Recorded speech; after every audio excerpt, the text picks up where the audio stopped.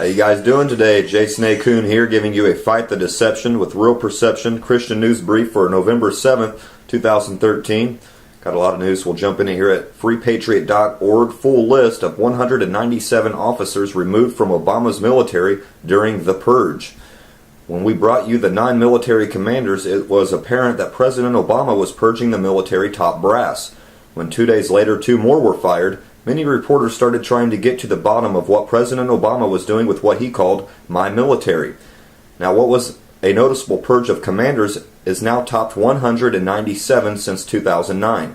While the top listed reason is sex, there seems to be several questionable reasons why these guys are being fired. From dereliction of duty to not saluting properly, the list continues to grow. Never forget what he let out in a Freudian slip. He said it 3 times in September that we could find. Let's give this a listen. As I've already said, I have had my military and our team look at a wide range of options.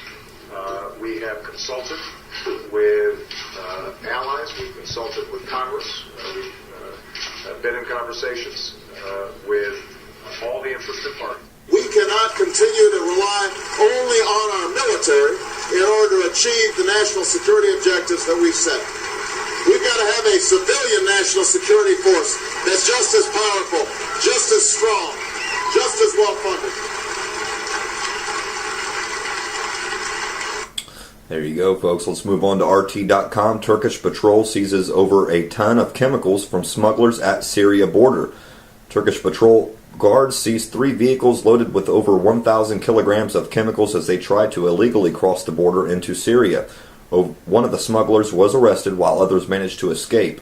The Turkish General Staff reported that the chemicals were seized after a convoy of 3 vehicles refused to stop and attempted to illegally cross the border near the southeastern Turkish town of Reyhanli on Saturday. Paramilitary police were ordered to shoot out the tires of the vehicles to stop them. As the tires caught on fire, the 3 delivery drivers jumped out and fled in the direction of Syria. One of them was arrested.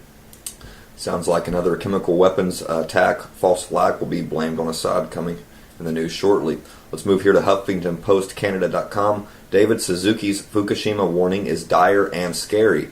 David Suzuki has issued a scary warning about Japan's Fukushima nuclear plant, saying that if it falls in a future earthquake, it's bye-bye Japan, and the entire west coast of North America should be evacuated. The Nature of Things host made the comments in a talk posted to YouTube after he joined David Schindler for Letting in the Light, a symposium on water ecology held at the University of Alberta on October 30th and 31st. Wow. Let's move on here to RawSewerStory.com. Michael Moore, guns don't kill people, Americans kill people. Wow, is Michael Moore finally waking up? Activist and filmmaker Michael Moore decried the recent mass shootings in Los Angeles, California, as a natural occurrence for the U.S. in a brief interview with TMZ on Wednesday. I think that the NRA got it half right when they say guns don't kill people, people kill people. Moore said outside Los Angeles International Airport, the site of the November 1st attack, I changed it to guns don't kill people, Americans kill people. Wow. That is the author and creator and director of Bowling for Columbine. Let's move on to FoxNews.com. Army veteran banned from daughter's school after posting picture of weapons permit, reports say. An Army veteran living in Georgia says she wants an apology from her daughter's former school after being banned from the building for posting a photo of her concealed weapons permit to her Facebook page. WRNDW.com reports Tanya Mount says she was approached by a police officer from the Richmond County Board of Education at McBean Elementary School and was warned that she was about to get a criminal trespass warning. The officer told her that the principal at the school was scared of her and did not want her on the property, she told the station. He asked, were you in the Army? She said, I said yes. He's like, do you have a concealed weapon permit? I said yes, she told the station. A phone call from the FoxNews.com to Richmond County Board of Education was not immediately returned. WJBF.com asked Janina Dallas, the school's principal, if the no trespass order was issued over the post, and Dallas reported yes, it was. Move on here to Infowars.com. Cops new enforcing anal probing on Americans routinely. Earlier this week, we covered the story of an innocent New Mexico man who was forced to endure 14 hours of enforced anal probing at the hands of doctors on the orders of cops looking for narcotics, and was then billed by the medical center. It has now emerged that this was not an isolated incident and that another person was treated the exact same way in the same medical center. In October, Timothy Young was pulled over by cops in Lordsburg, New Mexico, for not using his blinker. According to police reports, the same drug-sniffing dog that returned in David Eckhart's ordeal described above again reacted in Mr. Young's case. KOB Eyewitness News 4 reports that Young was immediately taken into the same hospital, the Gila Regional Medical Center in Silver City, and just like Eckhart, was subjected to anal exams and x-rays of his stomach without giving his consent. Wow. The examinations again turned up nothing, and it again turned out that the search warrant obtained by the cops was issued in a different county to where the medical exams took place. Let's move on to CNN.com. California school district hires firm to monitor students' social media. A suburban Los Angeles school district is now looking at the public postings on social media by middle and high school students searching for possible violence, drug use, bullying, truancy, and suicidal threats. The district in Glendale, California is paying $40,500 to a firm to monitor and report on 14,000 middle school and high school students' posts on Twitter, Facebook, and other social media for 1 full year. Wow, let's go back here to Infowars.com. Gay activist calls for mandatory abortion. During an appearance on an Australian television show, a prominent gay activist called for abortion to be made mandatory for 30 years in order to reduce global population. Let's give this a listen.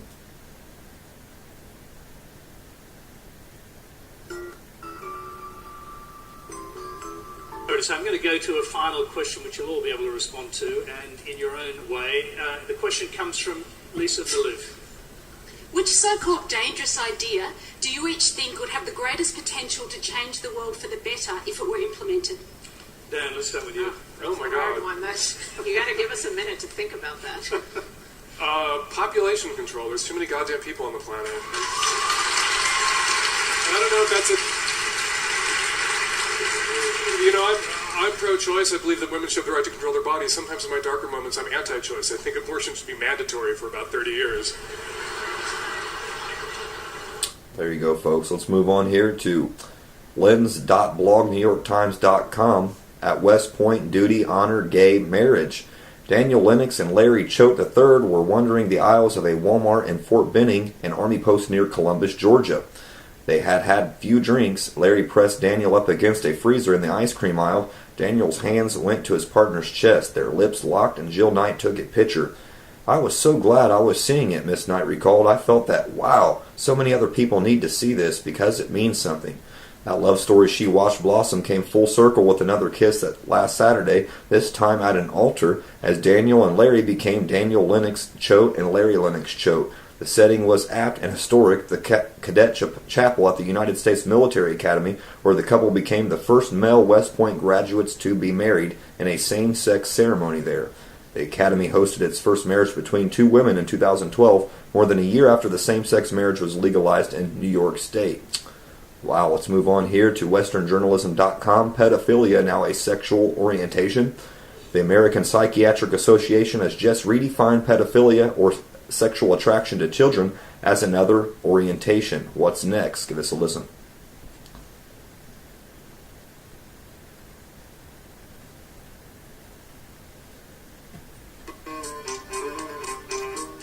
The new designation appears in the latest edition of the Diagnostic and Statistical Manual of Mental Disorders, known to mental health professionals as DSM-5. Up till now, pedophilia has been considered a disorder. But the APA maintains there is a distinction between pedophilia and pedophilic disorder. The orientation does not include acting on the illicit thoughts. It's only a disorder, so they tell us, if there's consummation. True, being tempted is not the same thing as giving into temptation, but I submit that somebody struggling with this problem needs help and needs to hear that it's more than a mere orientation. It reminds me of what happened in the mid-70s when the APA succumbed to pressure and declared homosexuality an orientation. Now the tables are turned so much that treatment for the condition is being outlawed. Wow, there you go. Let's go to the last article of the day at Infowars.com. Monitoring over transgender complaints.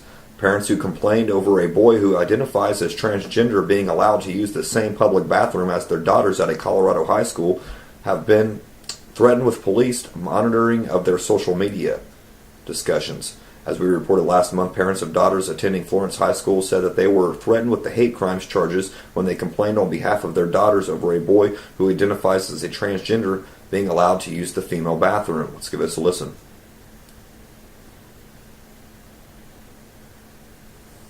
You're kind of wired as a mom to protect your kid. And when you're unable to, that's scary.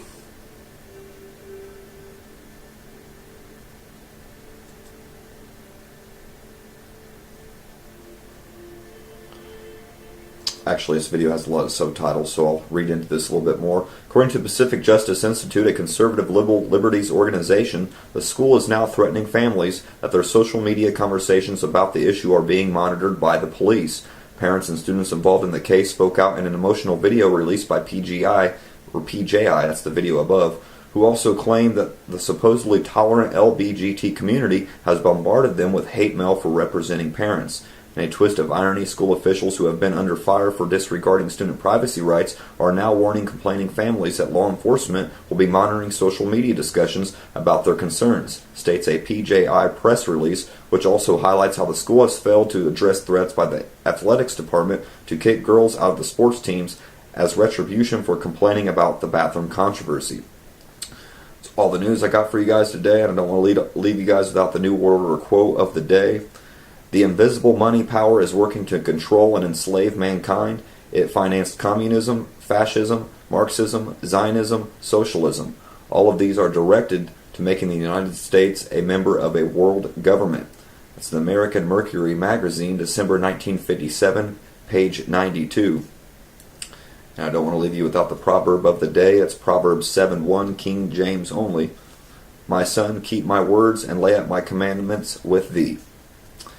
That's all the news and articles I got for you today. You can find me on Facebook at Jason A. Kuhn. That's also my YouTube page, Jason A. Kuhn. And please check out my Facebook ministry page, Romans 12:2, Transformer Ministries. I'll leave you guys off with the song I brought you in on by Glass Harp, Do Lord.